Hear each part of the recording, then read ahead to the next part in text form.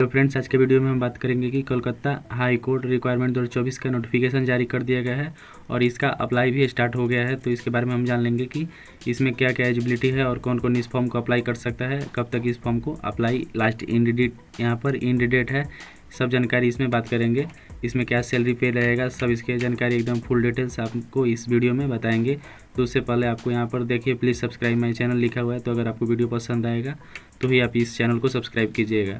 तो चलिए चलते हैं। सबसे पहले आपको दिखा देते हैं यहाँ पर नोटिफिकेशन। तो देखिए, ये आपका नोटिफिकेशन है। यहाँ पर आपको हम डिस्क्रिप्शन में लिंक भी दे देंगे, जाकर के वहाँ से डाउनलोड करके अपना एक बार रीड कर सकते हैं और देख सकते हैं। उसके बाद ये आपको ऑफिशियल, ये आपका यहाँ पर ऑफिशियल वेबसाइट है, ये इस पर ही जाकर के अपना ऑनलाइन करना है। तो हम डायरेक्ट लिंक दे देंगे, वहाँ से जाकर के अपना इसमें जाकर के अप्लाई भी कर सकते हैं। तो चलिए चलते हैं हम अपने वीडियो में। तो देखिए, यहाँ पर दिया हुआ है सबसे पहले कि आपको ये यहाँ पर आपको नेम में कलकत्ता हाई कोर्ट रिक्वायरमेंट 2024, उसके बाद यहाँ पर डिपार्टमेंट में दिया हुआ है कि कलकत्ता हाई कोर्ट CHC, उसके बाद यहाँ पर पोस्ट नेम में दिया हुआ है कि आपका LDC स्टेनो प्यून और यहाँ पर गार्ड एंड अदर के लिए है। उसके बाद यहाँ पर नीचे आपको दिया हुआ है कि आपका क्या रहेगा। तो यहाँ पर आपको दिया हुआ है कि लेटेस्ट जॉब है और यहाँ पर आपका सैलरी पोस्ट वाइज मिलेगा। उसके बाद यहाँ पर आपको नंबर ऑफ वैकेंसी यहाँ पर 37 है और उसके बाद यहाँ पर अप्लाई डेट यहाँ पर आपका 17/4/2024 से 17/5/2024 तक है। उसके बाद यहाँ पर आपका नीचे आएंगे तो आपका अप्लाई मोड भी ऑनलाइन होगा और यहाँ पर ऑफिशियल वेबसाइट ये है, इसको हम डिस्क्रिप्शन में लिंक दे देंगे। तो चलिए आगे चलते हैं। देखिए, यहाँ पर दिया हुआ है कि आपका इंपॉर्टेंट डेट तो अप्लाई का यहाँ पर ऑनलाइन होगा। उसके बाद स्टार्टिंग डेट और इन डेट आपको ऊपर भी बता दिए थे, यहाँ पर भी लिखा हुआ है 17/4/2024 और यहाँ पर अप्लाई लास्ट डेट यहाँ पर 17/5/2024। उसके बाद यहाँ पर नीचे आएंगे तो आपका एप्लीकेशन फ़ी के बारे में यहाँ पर बताया गया है। तो इसको भी हम समझ लेते हैं। जैसे कि यहाँ पर दिया हुआ है कि आपका ये यहाँ पर जनरल OBC एंड अदर के लिए यहाँ पर आपको ये है यहाँ पर, और SC/ST के लिए ये फ़ी लगेगा और यहाँ पर PWD के लिए अलग अलग यहाँ पर फ़ी लगेगा। तो यहाँ पर इंग्लिश स्टेनोग्राफर के लिए 800 रुपया और SC/ST के लिए 600 और यहाँ पर PWD के लिए 320 रुपया। लोअर डिवीज़न क्लर्क के लिए यहाँ पर आपको जनरल OBC और यहाँ पर अदर के लिए आपको 700 रुपये, SC/ST के लिए 500 और यहाँ पर PWD के लिए 280 रुपये लगेगा। और यहाँ पर प्रोसेस सर्वर के लिए यहाँ पर आपको जनरल OBC के लिए यहाँ पर 700, SC/ST के लिए 500 और यहाँ पर PWD के लिए 280 लगेगा। और यहाँ पर दिया हुआ कि प्यून फ्रेशर के लिए यहाँ पर नाइट गार्ड के लिए आपको 400 रुपया जनरल OBC में और यहाँ पर SC/ST के लिए 400 और PWD के लिए यहाँ पर आपको 160 रुपया लगेगा।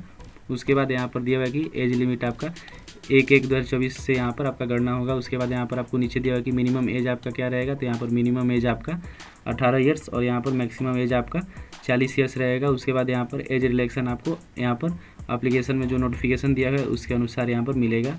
उसके बाद यहाँ पर वैकेंसी डिटेल्स में आपको यहाँ पर दिया हुआ है पोस्ट वाइज, यहाँ पर आपको वैकेंसी डिटेल्स। तो यहाँ पर पोस्ट नेम दिया हुआ है और यहाँ पर आपका नंबर ऑफ पोस्ट दिया है। उसके बाद यहाँ पर आपको नीचे दिया हुआ है कि आपका ये क्या लगेगा। तो देखिए, यहाँ पर आपको यहाँ पर इंग्लिश स्टेनोग्राफर के लिए यहाँ पर 2 पोस्ट है और यहाँ पर लोअर डिवीजन क्लर्क के लिए आपको 13 पोस्ट है ग्रुप C के लिए। और उसके बाद यहाँ पर नीचे आएंगे तो आपको ये दिया हुआ है कि यहाँ पर प्रोसेस सर्वर ग्रुप C के लिए यहाँ पर 2 पोस्ट है और यहाँ पर आपको दिया हुआ है कि प्यून और फ्रेशर के लिए ग्रुप D में यहाँ पर 17 पोस्ट है। उसके बाद यहाँ पर नीचे आएंगे तो आपका ये नाइट गार्ड के लिए यहाँ पर दिया हुआ है कि आपको 2 पोस्ट है और यहाँ पर आपका स्वीपर के लिए यहाँ पर ग्रुप D के लिए 1 पोस्ट है और यहाँ पर टोटल आपका 37 पोस्ट है। उसके बाद यहाँ पर नीचे आएंगे तो आपका ये एजुकेशनल क्वालिफिकेशन यहाँ पर आपको और एलिजिबिलिटी क्राइटेरिया क्या रहेगा।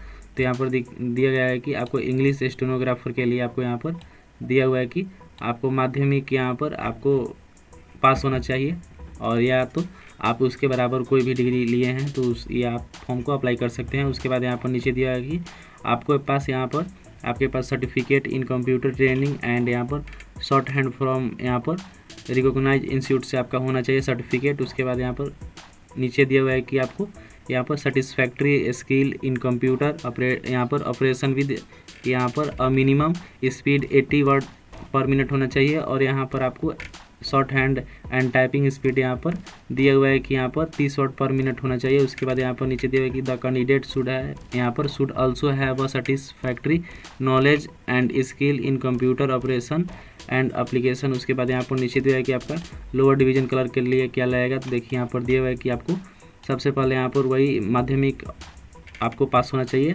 और यहाँ पर माध्यमिक स्कूल से या यहाँ पर इक्वालेंट जो भी आपके बराबर इसके बराबर किए हैं डिग्री, तो उसके बाद यहाँ पर नीचे दिया हुआ है कि आपके पास सर्टिफिकेट होना चाहिए कंप्यूटर ट्रेनिंग का, और यहाँ पर आपको institution and satisfactory skill in computer operation and typing यहाँ पर आपको आना चाहिए। उसके बाद यहाँ पर नीचे दिया हुआ है कि आपको यहाँ पर प्रोसेस सर्वर के लिए आपको क्या रहेगा, तो इसके लिए आपको यहाँ पर कैंडिडेट मस्ट है पास्ड, यहाँ पर आपको चाहिए क्लास 8 पास होना चाहिए। उसके बाद यहाँ पर किसी भी स्कूल से, और यहाँ पर नीचे दिया हुआ है कि basic knowledge in computer operation, आपको बेसिक नॉलेज चाहिए कंप्यूटर का। उसके बाद यहाँ पर ग्रुप डी में दिया हुआ है कि प्यून फ्रेशर के लिए आपको यहाँ पर केवल 8 पास होना चाहिए।